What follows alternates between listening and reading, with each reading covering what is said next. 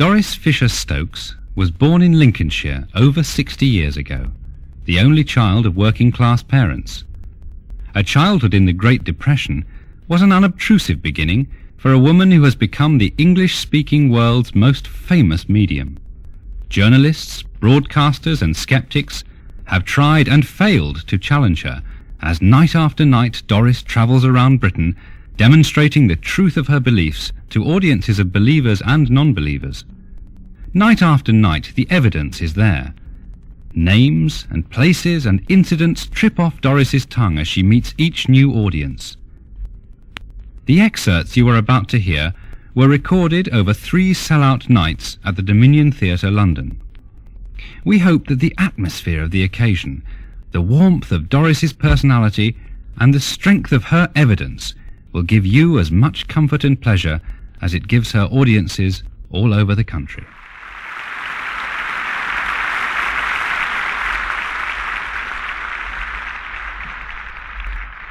Good evening, everyone. How many of you here tonight are new to this sort of thing? May I see your hands go up? Might I ask you why you've come? You read the books, and a lot of you will have come out of curiosity.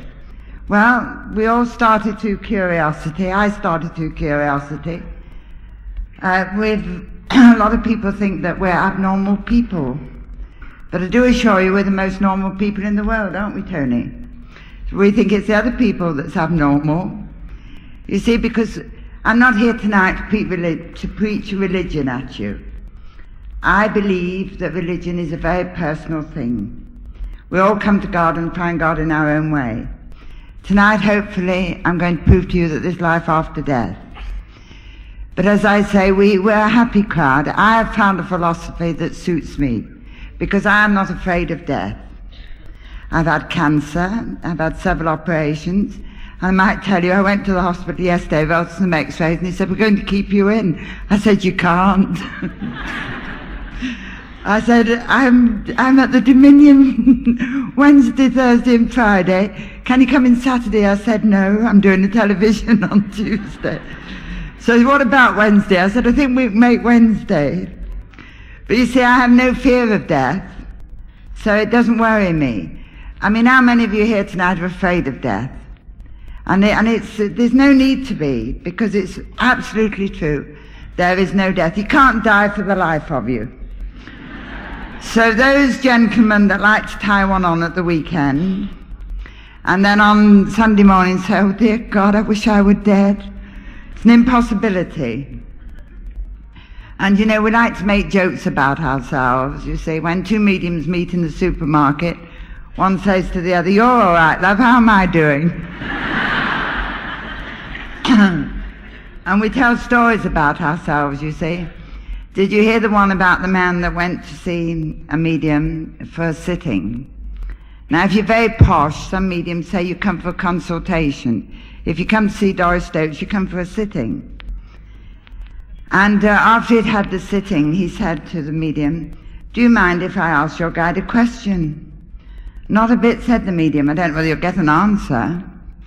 So the man said, well, you know, I'm very fond of sport, he said. I'm a fanatic. I wonder, do they play sport over there, wherever it is? So the medium said, oh, look, son, come back next week and I'll see what we can do. So she went back the following week and she said, did you get to know anything?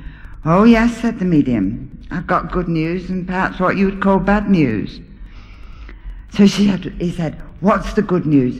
She said, you're all right, son. They play sport over there. Really, he said. Do they play cricket? She said, oh, yes. He said, fantastic. Well, what's the bad news? She said, I'm afraid you're captain on Sunday.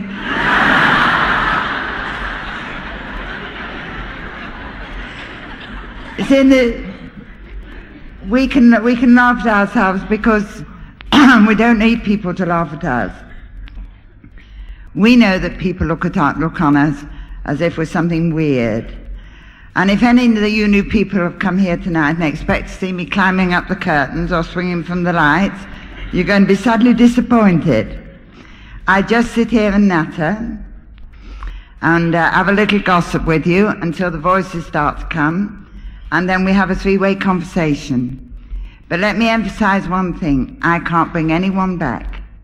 Only you can do that. And it's all done by love. Well, whilst I was touring Australia the last time, a reporter said to me, "Tell me, Doris, what does it feel like to raise the dead?" I said, "Son, I couldn't raise the skin off a rice pudding." And it's true, I can't.